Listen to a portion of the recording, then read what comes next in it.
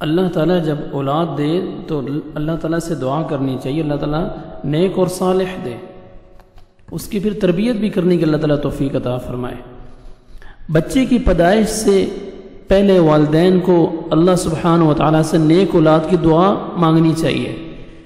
دل میں اولاد کو کسی بھی ایسے شعبے میں منسلک کرنے کا خیال نہ ہو کہ اللہ مجھے اولاد دے گا تو میں اولاد کو ایسا بناؤں گا جس سے اللہ کی نافرمانی کا پہلو نکلتا ہو، بلکہ نیت یہ رکھیں کہ اللہ مجھے اولاد دے تو نیک اولاد دے اور پرہیزگار ہو۔ اور نیک اولاد مانگنے کا درس ہمیں قرآن حکیم سے ملتا ہے، جیسا کہ سیدنا ابراہیم علیہ السلام نے اپنے رب سے دعا مانگی، رب هب لی من الصالحین، اے اللہ اے میرے رب مجھے نیک اولاد عطا فرما۔ جب اللہ تبارک و تعالی انسان کو اولاد سے نواز دیتا ہے تو بچے کی پیدائش کے ساتھ ہی والدین کی کچھ ذمہ داریاں بڑھ جاتی ہیں جن کو ادا کرنا والدین کے لیے ضروری ہوتا ہے۔ دوسرے لفظوں میں والدین پر اس شیرخوار بچے کے کچھ حقوق ہیں جو اسلام نے مقرر کیے ہیں، مختصر میں ویڈیوز میں اپلوڈ کروں گا۔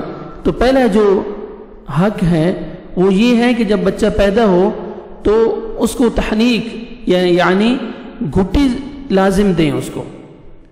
اس کا کیا مطلب ہے کہ کسی نیک مرد یا عورت سے کوئی میٹھی چیز مثلا کھجور وغیرہ چبا کر تالو میں لگا دینا، بچے کے لیے خیر و برکت کی دعا کروانا۔ حضرت انس رضی اللہ تعالیٰ عنہ بیان کرتے ہیں کہ جب حضرت ابو طلحہ رضی اللہ تعالیٰ عنہ کے ہاں بچہ پیدا ہوا تو انہوں نے مجھے کہا کہ اسے اٹھاؤ اور نبی صلی اللہ علیہ وسلم کی خدمت میں لے جاؤ، اور اس کے ساتھ کچھ کھجوریں بھی بھیج دیں۔ میں نبی صلی اللہ علیہ وسلم کے پاس آیا تو اللہ کے نبی صلی اللہ علیہ وسلم نے بچے کو اٹھایا اور فرمایا کہ اس بچے کے ساتھ کوئی چیز بھی ہے؟ عرض کیا کہ جی ہاں کچھ کھجوریں ہیں۔ آپ صلی اللہ علیہ وسلم نے کھجوروں کو چبایا، پھر اپنے منہ سے نکال کر بچے کے منہ میں رکھ دی اور اسے گھٹی دی اور اس کا نام عبداللہ رکھا۔ حضرت عائشہ رضی اللہ تعالیٰ عنہ بیان کرتی ہیں کہ رسول اللہ صلی اللہ علیہ وسلم کے پاس بچوں کو لایا جاتا تھا، آپ صلی اللہ علیہ وسلم ان کے حق میں خیر و برکت کی دعا کرتے اور اپنے تالو میں کھجور چبا کر اور ان کے تالو میں اپنے منہ میں کھجور کو چبا کر ان کے تالو میں لگا دیتے۔ تو معلوم ہوا کہ پیدائش کے بعد بچے کو گھٹی دینا سنت ہے۔ کھجور دستیاب نہ ہو تو بہت خوب، ورنہ کوئی بھی میٹھی چیز دستیاب ہو، شہد ہو، اس سے گھٹی دی جا سکتی ہے، اور چیز کو اس قدر چبایا جائے کہ نومولود بچہ جو ہے وہ اسے نگل سکے۔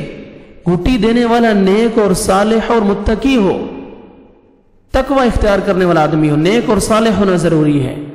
اگر وہ وہاں پہ موجود نہ ہو تو بچے کو اس کے پاس لے جایا جا سکتا ہے، جیسا کہ حدیث میں ہے کہ حضرت عبداللہ رضی اللہ تعالی عنہ کو رسول اللہ صلی اللہ علیہ وسلم کے پاس لے جایا گیا۔ اللہ کے نبی صلی اللہ علیہ وسلم نے ان کا نام عبداللہ رکھا اور کھجور کو منہ میں چبا کر اللہ کے نبی صلی اللہ علیہ وسلم نے ان کے تالو کے ساتھ رکھا، کھجور کو گھٹی دی۔